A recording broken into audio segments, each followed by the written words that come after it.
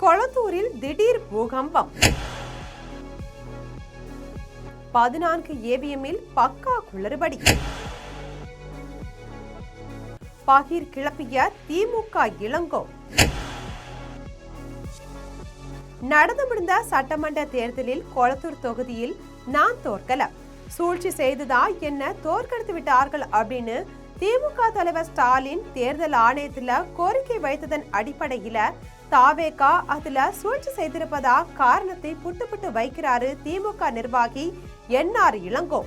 அவர் என்ன புட்டு என்ன வைத்தார் என்பதை நம் ஜன் தொலைக்காட்சி மூலம் விரிவா. மு.க. ஸ்டாலின் போட்டியிட்டு பல கட்சிகள் தாவிய தாவேகா வேட்பாளர் VS பாபுவிடம் 8700 வாக்குகள் வித்தியாசத்தில் தோல்வி அடைஞ்சிருக்காரு.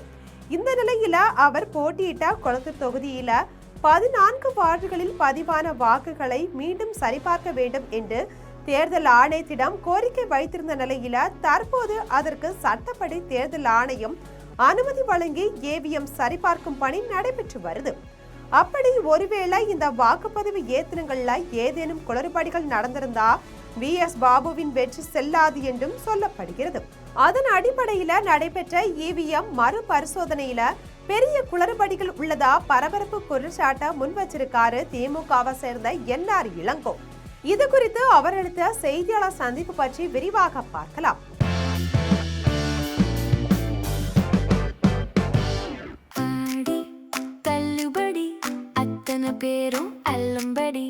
ஆறு முதல் 60% வரை ஆடி தள்ளுபடியுடன் super Saravana stores, Chennai, Madurai, Kovai.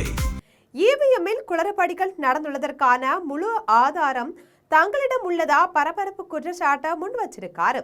Booth 157 நடைபெற்ற வாக்கு மறு பரிசோதனையில எண்ணப்பட்ட 8 வாக்கு இயந்திரங்கள்ல 3 மின்னணு வாக்குப்பதிவு இயந்திரங்கள் சரியாக வேலை செய்யல அப்படின்னும் 2 மின்னணு வாக்குப்பதிவு இயந்திரங்கள்ல சீல் வைக்கப்படல அப்படின்னும் புதிய அட்ரஸ் டேக்ஸ் உள்ளது என்றும் அப்படின்ற பரபரப்பு தகவலை முன் வச்சிருக்காரு. தேர்தல் நடைபெறும் போது மொத்த வாக்குச்சாவடிகளையும் குளறுபடிகள் நடந்திருக்கிறதாவும் சரியான பாதுகாப்பு இல்லை என்றும் தங்களால் அறிவுபூர்வமாகவும் சட்ட ரீதியாகவும் சொல்ல முடியும் அப்படின்னு தெரிவிச்சிருக்காங்க.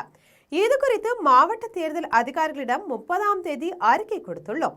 அதில் நாங்கள் 19 வகையான கேள்விகளை எழுப்பியுள்ளோம்.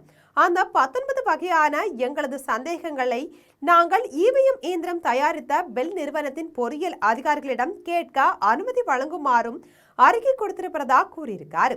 மேலும் EVM இயந்திரம் மறுபரிசோதனை செய்யப்பட்ட அதாவது 29, 30, 31 முதல் அனைத்து மறுபரிசோதனை செய்யப்பட்ட காட்சி பதிவுகளும் எடுக்கப்பட்டு பத்திரமாக வைக்கும்படி சொல்லப்பட்டுள்ளது என்றும் தெரிவிச்சிருக்காங்க. கொளத்தூர் தொகுதியில குளறுபடிகள் நடந்திருப்பதற்கான முழு ஆதாரம் தங்களிடம் இருப்பதாகவும் நாங்கள் முறைப்படி உயர்நீதிமன்றத்தையோ அல்லது உச்சநீதிமன்றத்தையோ அணுகுவோம் என்று தெரிவிச்சிருக்காங்க.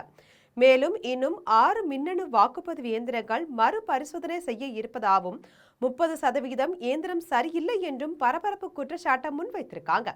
இந்த ஆய்வில் ஏதேனும் தொழில்நுட்ப குறைபாடு அல்லது முரண்பாடு இருப்பது சட்டப்படி கண்டறியப்பட்டால் அதனை அடிப்படையாக கொண்டு சட்ட ரீதியான நடவடிக்கைகளை மேற்கொள்ளும் வாய்ப்பு இருப்பதாகவும் கூறப்படுது. இதற்காக ஒவ்வொரு வாக்குச்சாவடிக்கும் நிர்ணயிக்கப்பட்ட கட்டணத்தை செலுத்தி மொத்தம் 14 வாக்குச்சாவடிகளுக்கான விண்ணப்பத்தையும் ஸ்டாலின் தாக்கல் செஞ்சிருக்காங்க. தற்போது இந்த ஆய்வு அரசியல் வட்டாரங்கள்ல பெரும் கவனத்தை ஈர்த்திருக்கு. மேலும் வாக்குப்பதிவு இயந்திரங்களின் மீதான இந்த சோதனையின் முடிவுகளில் ஏதேனும் தவறுகளோ குளறுபடிகளோ நிகழ்ந்திருந்தால் மீண்டும் அந்த தொகுதிக்கு தேர்தல் வர வாய்ப்புள்ளது என்பதும் குறிப்பிடத்தக்கது. இந்த நிலையில வாக்குப்பதிவு இயந்திரங்களின் மீதான இந்த சோதனையின் முடிவு என்னவாக போகிறது, இந்த அரசியல் பரபரப்பு எத்தகைய திருப்பங்களை தரப்போகிறது என்பதுதான் வேடிக்கையாக இருக்க போகிறது. ஒருவேளை இதில் தாவேகா சூழ்ச்சி செய்திருப்பார்களோ என்கிறார்கள் அரசியல் ஆசான்கள். ஆக கொளத்தூரில் ஸ்டாலின் கொத்து போராட்டா ஆக போகிறாரா அல்லது மீண்டும் தேர்தல் வருமா என்பதை பொறுத்திருந்து பார்க்கலாம். இதுபோன்ற அரசியல் செய்திகளை உடனுக்குடன் தெரிந்து கொள்ள ஜம் தொலைக்காட்சியுடன் எப்போதும் இணைப்பில் இருங்கள்.